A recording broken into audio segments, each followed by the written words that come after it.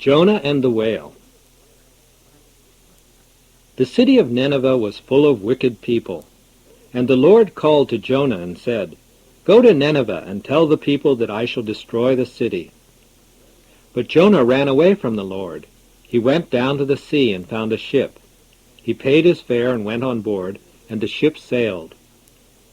Then the Lord made a strong wind blow across the sea. The waves rose higher and higher, and the sailors grew frightened, because they thought the ship would break apart. They threw cargo overboard to make the ship lighter, and they all prayed to their gods, but still the storm grew worse and worse.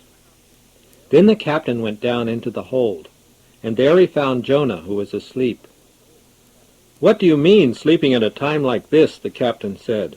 "Get up and pray to your God. Perhaps he will remember us and help us." And the storm grew worse and worse. Then one of the sailors said, "It must be that the gods are angry at one of us. Let us draw lots and see who it is." So they drew lots, and Jonah lost. Then a sailor said to Jonah, "What kind of work do you do, and what country are you from? And tell us, what is the reason for this storm?" And Jonah answered, "I am a Hebrew. I preach the message of God who made the land and the sea, and I fear the Lord, but I have run away from him." Then the others were terrified. "How could you do such a thing?" they said. "What shall we do now?" The storm grew worse and worse, and they said to Jonah, "How can we make the sea become calm?" He said to them, "Throw me into the sea, and then it will become calm. This great storm has come up because of me." Then the sailors tried to row as hard as they could to bring the ship to land, but they could not, and the waves only became higher and higher. So they prayed to God, "Don't make us all die because of this one man, and don't hold us responsible for his death, since you are the one who made the storm." They brought Jonah up and threw him into the raging sea, and the sea became calm again. Now the Lord had planned that a large whale would swallow Jonah, and Jonah was in the belly of the whale for 3 days and 3 nights. Jonah prayed to the Lord from the belly of the whale, "I have been thrown away. I have been thrown deep into the sea. Can I never see the temple of the Lord again?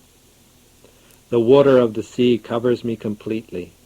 Seaweed is wrapped around my head. I sink to the bottom of the ocean. I go down to the roots of mountains. Yet the Lord will bring me up from this deep pit. For though I am fainting, I remember the Lord, and I promise to do all that I say I will do. Only the Lord can save me." Then the Lord commanded the whale to throw Jonah up from its belly, and it threw him up upon dry land. The Lord called to Jonah again and told him, "Go to Nineveh, and tell the people that I shall destroy the city." So Jonah set out for Nineveh, and when he arrived in the city, he preached to the people, "In 40 days Nineveh will be destroyed by God." And the people believed him, and they turned away from violence and wickedness. And when God saw that the people had given up their wickedness, he did not destroy the city. Then Jonah was angry. He prayed to the Lord and said, "I knew that you would not destroy the city, and that is why I ran away. I know that you are a merciful God. You are slow to get angry, and you are filled with great kindness. Therefore let me die. Take my life away." Then the Lord said, "Are you correct to be so angry?" Jonah went and sat on a hill overlooking the city. And the Lord made a plant grow beside Jonah, so that he might have some shade over his head. And Jonah was very pleased, because he was comfortable in the shade of the plant. But the next day God let worms attack the plant, and it withered and died. Then it became very hot, and the sun's rays beat down upon Jonah's head. He fainted and wished to die. "It is better for me to die," he said.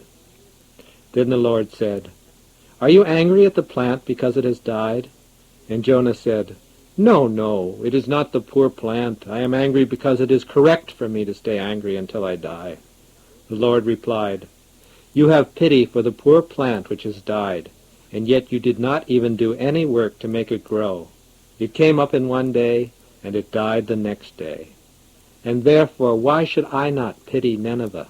It is a large city of 120,000 people who do not know the difference between right and wrong. Your narrator has been Richard Goodman.